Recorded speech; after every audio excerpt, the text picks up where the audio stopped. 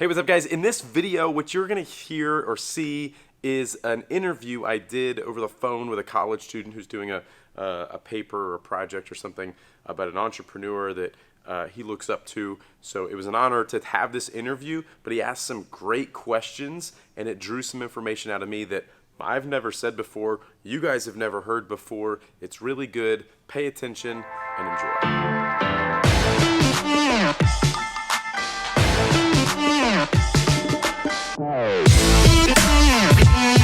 About your just entrepreneurship in general.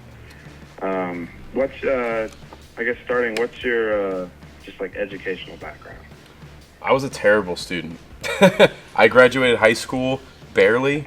I actually just got a letter in the mail from my high school English teacher or summer school teacher because I failed English and I had to go to summer school, and she sent me a letter saying she's proud of me now and all this stuff, which was cool to see. But I even forgot I had to go through all that, so it was really interesting.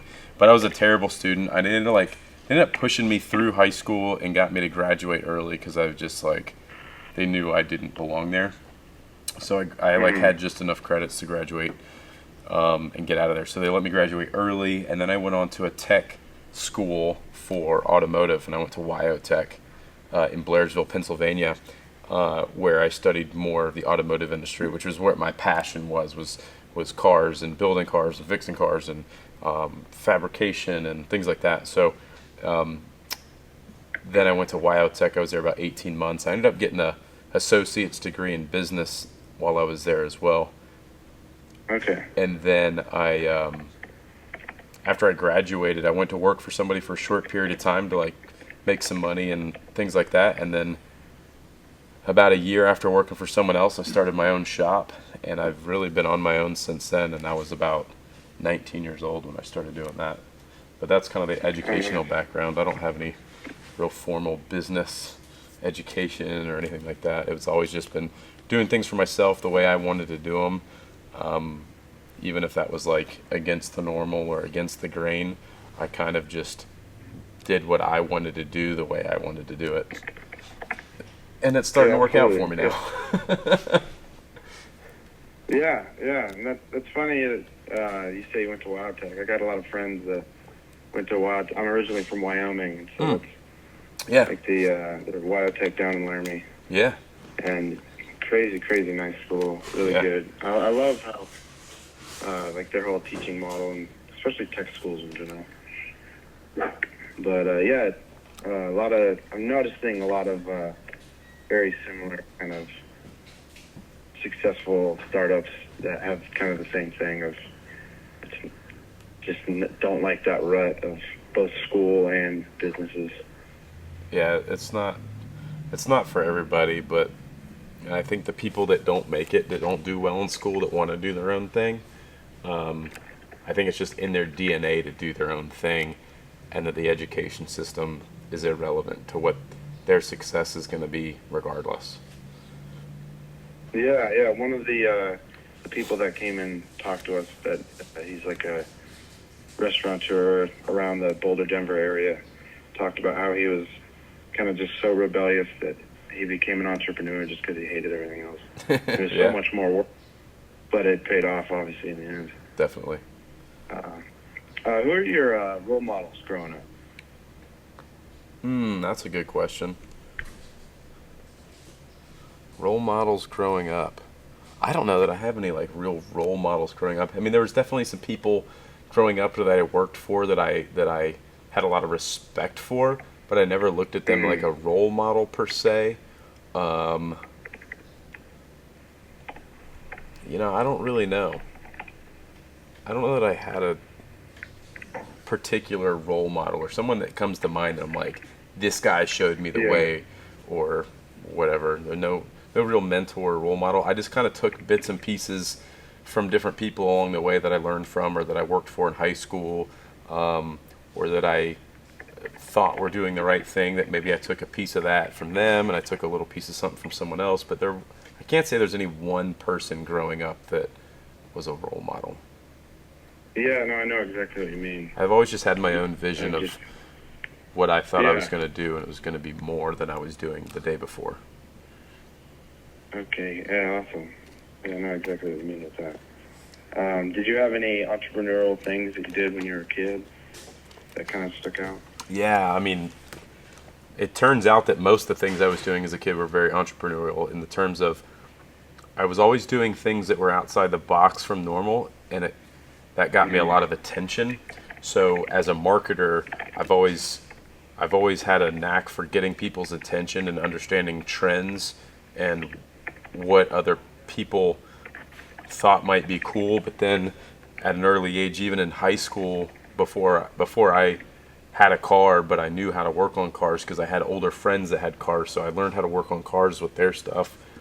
And then, in high school, and I had people bringing their cars to my parents' house to work on, and I had like a side business out of my parents' garage when I was like 15 years old, working on cars, fixing cars, painting stuff, doing all kinds of stuff. So, that started at an early age for sure. Okay, cool.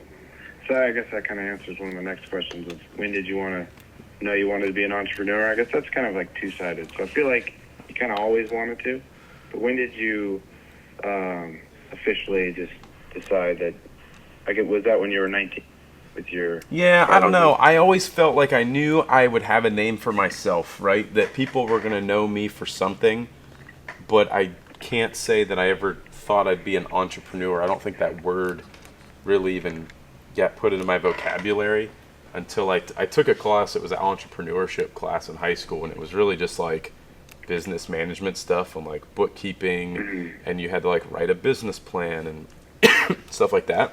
But none of that interests me. I was probably a terrible I'd be really interested to like find an old report card. Mr. Holman was my teacher, I remember, and find out how I was as a student in that class, because I'm so good at it now. But academically, I'm the worst. Like I'm the worst reader. Reading comprehension, forget about it. So anyways, I say that, that like, I never said I'm going to be an entrepreneur. I just knew I was going to be known. And at the time, I thought it was going to be known for whatever my passion was. So even early on, I was really big into playing the drums, and I was really good at it.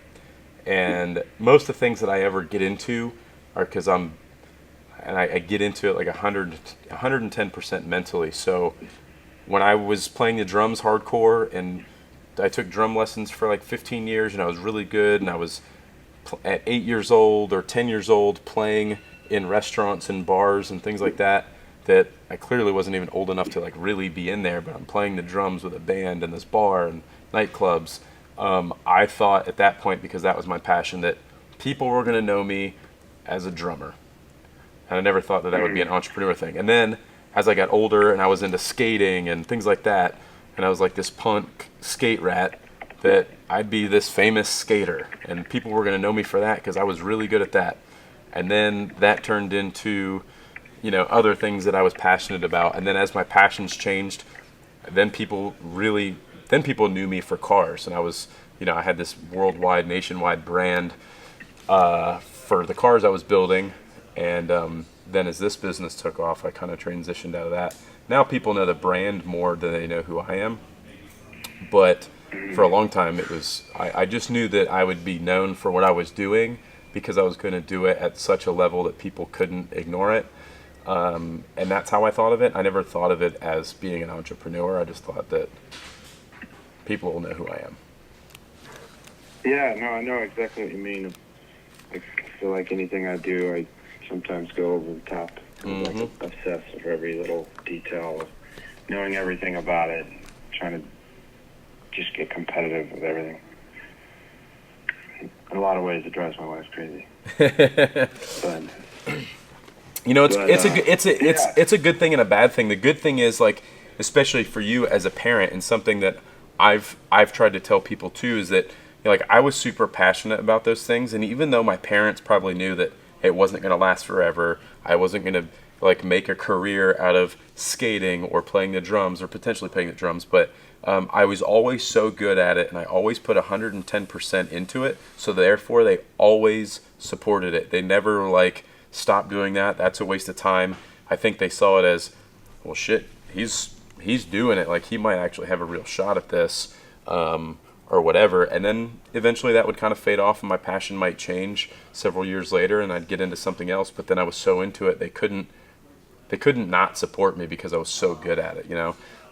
So I think that's something I think for you to recognize even as a new parent, and then for other entrepreneurs to know that it's okay for those passions to shift over time. You get kind of burnt out. Had a good solid 7-year run with it, and your passion changes. You're a little older now. Your priorities change. You got kids. You're not really into this anymore. You're more into that. You know, other opportunities come up, and then that's the new thing, and that's totally fine. Yeah, absolutely.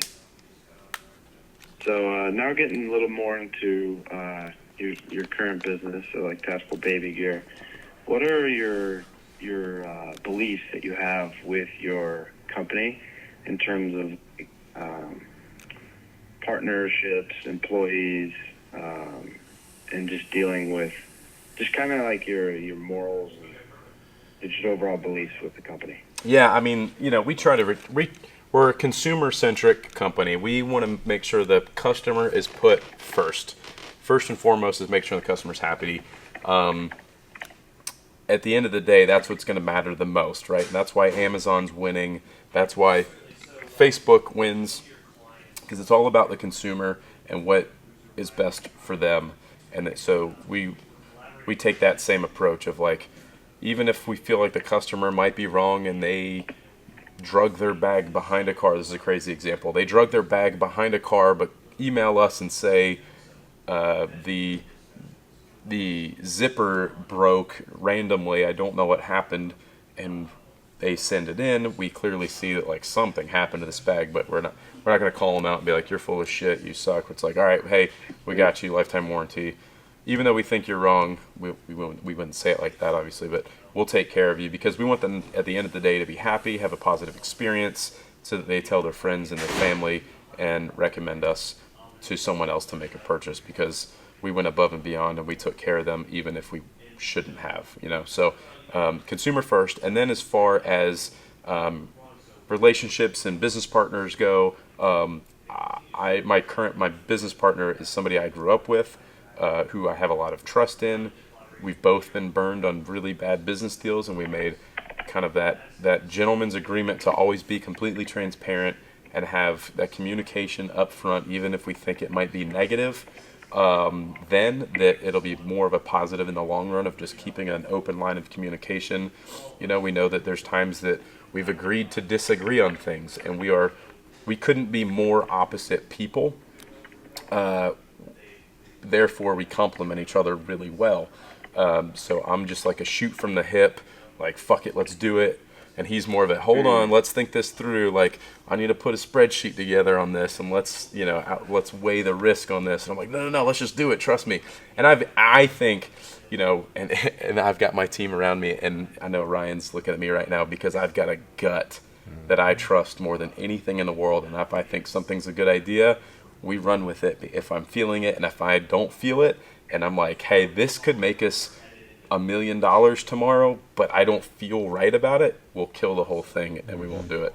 So we've had to learn to put trust in people's guts sometimes too. But so trust is a big one on the partnership level. Tools for the job. As you know, as morals and things like that. And then employees. How many employees do we have in here now? 7 in here, and then we've got the warehouse guys. We just try to treat everyone like family. You know, no one comes across as better than anyone else. It's a teamwork effort. You know, me and my business partner or anyone else that's been here longer than someone else would never ask someone else to do something that they couldn't do themselves or haven't done before, and things of that nature. No one, you know, we just try to treat everyone with respect and integrity and as family. And most of the people that are around me in the building today have been around me for 12 or 15 years, working for me in various capacities, who've all either come back into the fold as part of the team here with Tactical Baby Gear, or worked for me in my car shop 8 years ago and left, and now have come back because I had the opportunity to hire them for a position here, and I always treat everyone with respect so everyone's always happy to come back and work for me, and we create a fun work environment. You know, there's times to have fun and there's times to play, and if you can kind of play while you're working hard, then it really works. You know. Oh, absolutely. Yeah, I think that's definitely critical, especially nowadays with people working these kind of dead-end jobs and losing their mind over stuff. Well, not only that, but being an e-commerce brand where we're internet-based and, you know, we have access to our laptops. Like everyone here can work from a computer, From an airport. or even from their phone, you know, as long as there's an internet connection. So a few weeks ago, Ryan and I and Travis were in the Dallas airport working from a table at a bar in the airport because our layover, and so, you know, we have the ability to work 24 hours a day, and a lot of my guys will do that. Therefore, that's not like a 9 to 5 where you walk up, you leave your desk at 5 p.m. from the bank and you just go home and forget about work until the next morning. Like, we've got a 24-hour business that never turns off. So there's sometimes where at midnight or 2 a.m. or 9 p.m. that there's a fire to put out, or it's Sunday morning like Ryan and I the other day. We're working, trying to get email campaigns for Veterans Day and all these things. We're working all the time, which means there needs to be the flexibility and the ability to play during those times at the same time. Mm-hmm. Otherwise, it sucks and you get burnt out. Yeah, absolutely. I love that business model of kind of getting shit done when shit needs done. Yeah, I mean, and you know, when we hire these guys, it's like, listen, we're all adults here. We all got things to do. If you need to go to the DMV, or you need to go to the doctor, or take your dog to the vet, or do whatever the case is, you don't need to raise your hand and ask for permission. Just let me know, like, hey, I've got to take my dog to the vet. I'll be back later. Cool. I know that I know and trust that these guys are then, if there's something that needs to be done at 7 p.m. that night, they'll be at home working to get it done because they know it needs to get done or whatever. So it's just a flexible work environment that I think everybody has enough trust in each other to get it done. People coming in. Yeah, absolutely. So when you were starting up Tactical Baby Gear, did you feel prepared to start the venture? Or where were some areas that you may have misinterpreted as being like a certain degree of being prepared or not being prepared? I'll be honest, I had no idea what I was starting when I started it. This was like such a side business hobby idea at the time that it would blow your mind. My wife's sitting right over here next to me, and she'll tell you that, like, this was such a random, like, oh, this will be a fun thing to kind of do for a little while, and then it just spiraled out of control.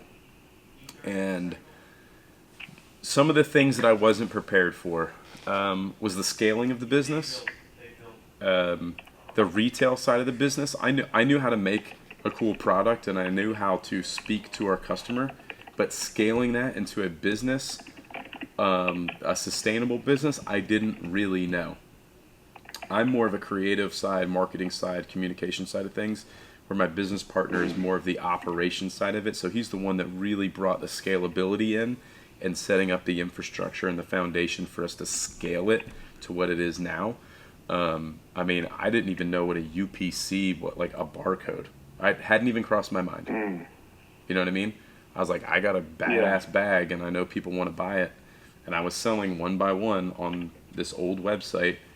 And then when I reached out to my business partner because, again, we grew up together. I'd known him most of my life. And he was selling a product that he created to Target and Macy's and Urban Outfitters and, you know, all these big box retailers. So I saw a post he made on Facebook, and he was like saying something about his product in Target, blah, blah, blah. And I was like, Alex, like, I need to ask him some questions. He knows about this stuff. And then I got on a phone call with him for like 45 minutes, and he kind of like brain dumped a bunch of information of things I need to be thinking about or things that I need to put in place, and was like, hey, do you have UPCs? And I was like, what's a UPC? And I was like, oh shit, yeah, I should probably do that. Good idea. And some of that kind of stuff. So then I started implementing some of those things, knowing I had to do. And when I was implementing those things, those were things I was doing from 7 p.m. to 2 a.m. Brandy, was I not? All night. that I was, because I had another business at the time. I was working on cars and building cars, so I'd do that from 7-8 a.m. to 6-7 p.m. and then we had one baby at the time, so I was picking that child up from daycare at 5 or 5:30, going back to the shop for an hour or two to wrap things up. My wife worked full time. She wasn't getting home till 10:30, 11 o'clock at night sometimes. And then, I'd put the baby to bed at 8 o'clock or so, or whatever time that was, after feeding the baby dinner. And then I'd start working on tactical baby gear from probably 8:30, 9 o'clock until probably 2 a.m.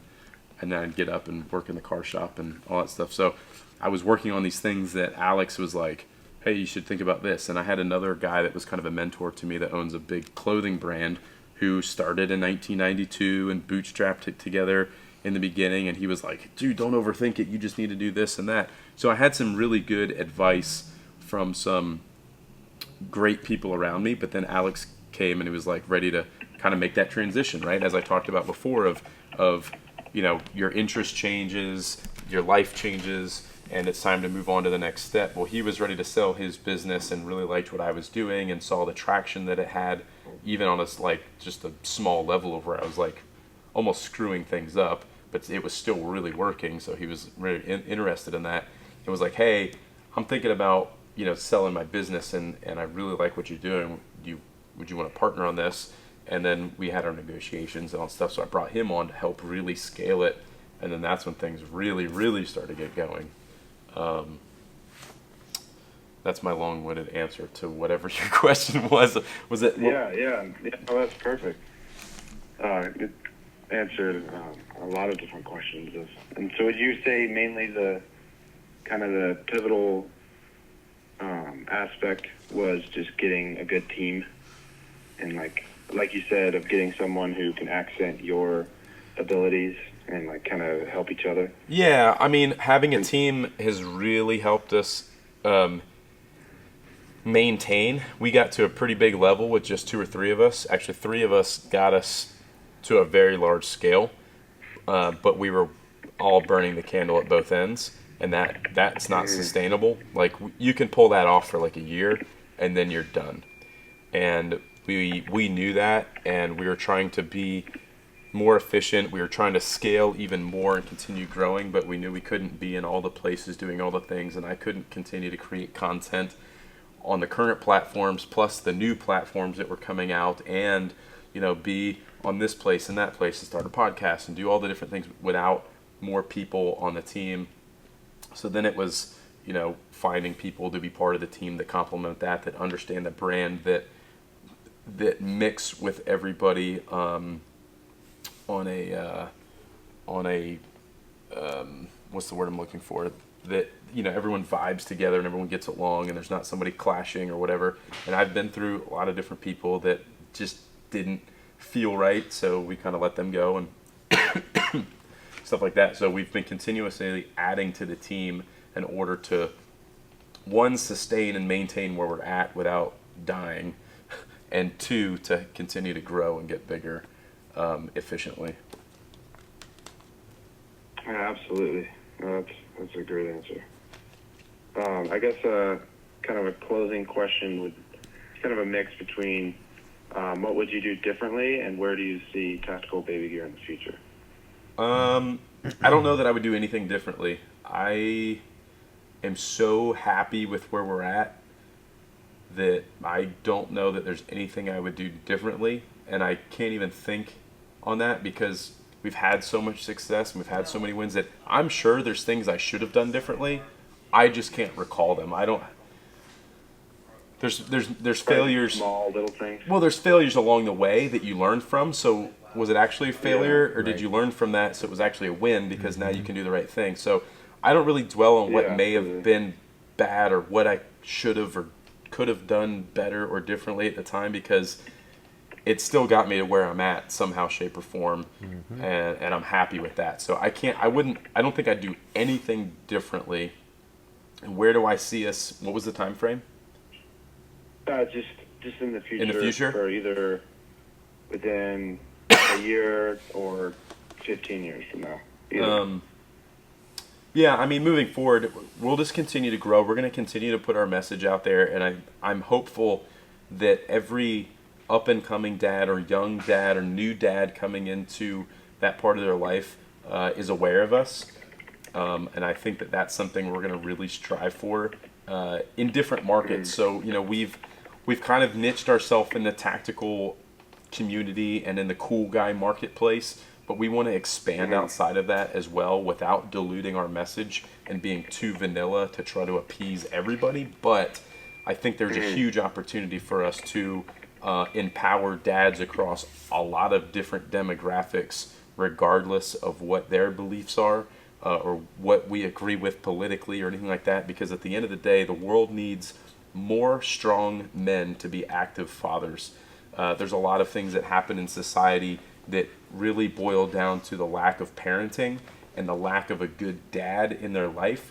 And I think that dads with daughters can relate to that message. You know, you look at any young man has gone to some. I mean, it's like that funny thing. You go to the strip club or you go here, you go there, and you're like, oh, that girl had daddy problems. You know what I mean? So you know what I'm saying, though? I mean, I'm serious. So I think that there's so many things that boil down into society that are because of bad parenting, poor parenting, the lack of a father, and a lot of people class us or try to box us into this toxic masculinity thing, which drives me nuts because there's a huge difference between being masculine and then having toxic masculinity. Toxic masculinity is more of a sexist thing of like where you're demeaning women and they're not good enough and all these things. But what we're trying to do is just make better, stronger men to help support parenting a child and making good decisions and working hard and having those types of morals versus demeaning women and having toxic masculinity. It's more of a strong man, like being a good role model for young men, showing your daughter. Being the man you want your daughter to marry, you know what I mean? Like those are the kind of things that we want to instill in young parents, especially as we have this generation of millennials who are soft and don't know what gender they are and all these things. It's just bonkers. It blows my mind. But you know, trying to show them like, hey, we need strong men in America. We need these strong men to join the military and to fight for our freedom and to do these different things and to show the younger kids in America what a good man looks like so that they grow up to be a better young man, and to show these women what a good man looks like so they have higher standards of who they're going to marry and all that kind of stuff. So we want to continue to spread that message across all demographics over time. So I think in the near future, we will just be more and more known for like, damn, these are the guys that are like making an impact, not just on dads, but that's going to translate to the world over time because it ideally makes the world a better place because we start to set the standards a little bit higher. Yeah, absolutely. I think that's a very strong and powerful message, and I love how, like I said, during these days, that's exactly what everybody needs. Mm-hmm. And I mean, that's ultimately how I found you guys and love what you're doing. And just keep that shit up. It's awesome. I appreciate that, man. Thank you. Oh, thank you. But yeah, that wraps everything up. Thanks so much for being able to work with me. And of course, man. I'm happy to do it. Make sure you send it to me when it's done. But yeah, I can totally send you a little write-up. Yeah, it'd be cool. I'd love to see it. Thanks again for everything. Of course. Been a good conversation. Well, you had some great questions, so I appreciate that.